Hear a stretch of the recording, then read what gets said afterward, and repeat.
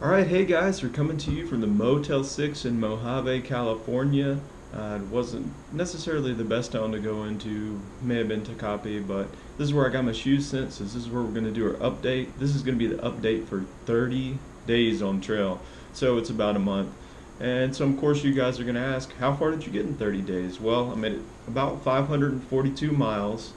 That is to a campsite called Tyler Horse Canyon, and those of you that are familiar with the PCT will know that is the campsite right after you get done hiking the aqueduct section, and it goes to the wind farm. So you get up early at Hiker Town. I got up at about 4 a.m. and hiked out, walked on the aqueduct when it was kind of cool, and I was able to make it about 26 miles to Tyler Horse Canyon campsite. Found a hammock spot there. It was super windy, but just camped there and got up the next day. So 30 miles on the trail, you're going to ask how many zeros did I take. I took 2 zeros. One of them was an Idlewild and the other one was an Agua Dulce, and both of these were excellent. Both of the towns are really nice. Agua Dulce has Hiker Heaven, which is an extremely well run hiker hostel. They run by donations, but they have shuttles to town, places for the hikers to sleep, laundry, everything a hiker needs. Then the other question a lot of you are really interested in, it seems from the questions that I get day to day, are how many spots did you hammock? Are you just sleeping on the ground all the time? I get that question all the time from people when they see my hammock. Well, I ran the numbers, and I really like looking at the numbers, and the numbers don't lie. When I set out on this trip, I wanted to get a 50% of the time I wanted to sleep in a hammock as opposed to the ground. And when I ran the numbers, 76% of the time in the desert section of the PCT. Now I'm in the Mojave Desert. Up to this point, 76% of the time I was able to sleep in a hammock versus sleeping on the ground. And I talked to one girl, and she said she had only slept on the ground 3 times. But that really didn't work for me, because when I planned out my mileage, I planned out my mileage not based on is there going to be a good hammock spot or am I going to find 2 trees to hang on. I just did my mileage, and then I would look for a hammock spot. But opposed to contrary belief, there are hammock spots in the desert. I'm going to keep my hammock with me the whole trail. I did have to make one slight gear change to help out with the ground sleeping, which I'm going to talk about in a minute. But so far so good with the hammocks. And as I alluded to, the next thing I'm going to talk about are gear failures and changes in 30 miles on the trail. And if you see me look down, it's because I have some notes written down, because memory is not very good and I just wrote it down. I want to make sure I convey all the things that I want to, let you guys know about after 30 days on the trail. The first gear change that I had to make, I just kind of alluded to. I had been sleeping on 6 sections of a Z-Lite. It's basically a torso link for the foam pad when I'm sleeping on the ground. And I've had issues with the foam pad in the past when I was about 16 or 17 going backpacking. And I just can't do it. When I sleep on the ground, I like to either sleep on my side or my stomach. And the Z-Lite pad is basically useless for me, and I'm not really that heavy. The only way I could think that it would work for me is if I like to sleep on my back on the ground, and I just can't do it.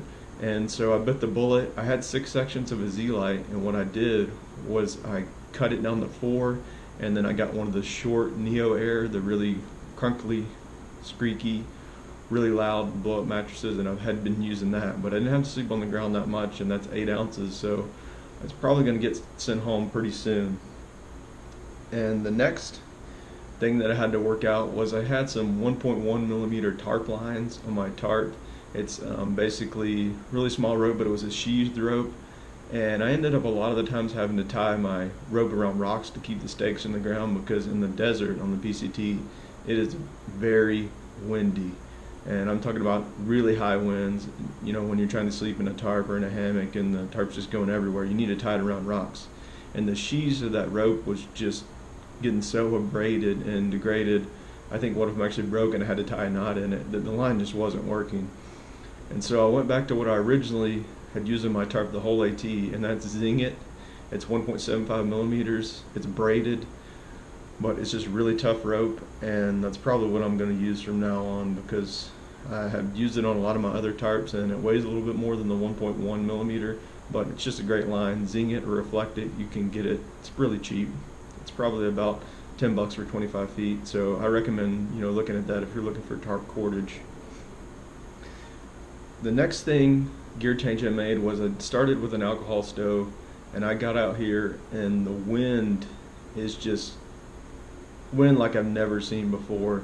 I was using it in places, and I didn't have any close calls or anything like that, but at some point you just understand that it's irresponsible to carry it. I wrote an article on the Trek about why I decided to send it back, and a lot of people had some good opinions, and one person was talking about the rules, but being out here, being a steward for the trail, the rules are the bare minimum, and I'd like to hope that everyone out here is, setting the example with what they need to do to be responsible for the trails that we're hiking. When I hiked through the PCT, the first couple sections, the fire damage is unbelievable. There are trees burnt down, and you ask them when the fire was, and it was, say, 9 years ago. And I don't want to be in any part of trying to start a fire, trying to start any kind of fire by accident or any other means. So I swapped out for a little tiny fuel canister and then my tiny stove that I got for the AT. It's going to be a weight penalty, but so far it's been a lot easier. It's a lot quicker to cook. And while I miss my alcohol stove, at some point it's just not the right stove for this trail. And when I do the desert section on any other trails, I'm definitely not gonna. I'm gonna take my canister stove or just go stoveless. And the last gear issue I had was in my Katahdin bag. I've had this since Connecticut on the AT, so it was hundreds of miles already. I'm getting a few pinhole-sized leaks on it. You can hear them. You can hear the air coming out when you're squeezing it, when you're filtering. And it's probably my fault for not getting another bag for the start of this trail, but right now it's still filtering, and I'm probably going to have to replace it soon. But right now, just going to go with it. And the last thing I wanted to talk about were my initial impressions of the desert section of the PCT. They call it the desert section, but for me, it was so much more environment than just desert. You start in the desert, but then you get into the Otterwild area, and it's just mountains and trees and pine trees and all kinds of wooded area that you get to walk through, and then you go up to San Quinciento over 10,000 feet and see snow, and then you go back down and you see a little bit more desert, and then you go through the Los Angeles National Forest, but there are trees and plants and everything. When I came out here, there was a little bit of imagination of just tumbleweeds flying around everywhere. And I actually did see a lot of tumbleweeds, but they were mainly around the road walk going into Hiker Town. But it's been a completely different environment than I'm used to, and I'm looking forward to doing about 200 more miles and getting to Kennedy Meadows and seeing the Sierras, and that's 30 days.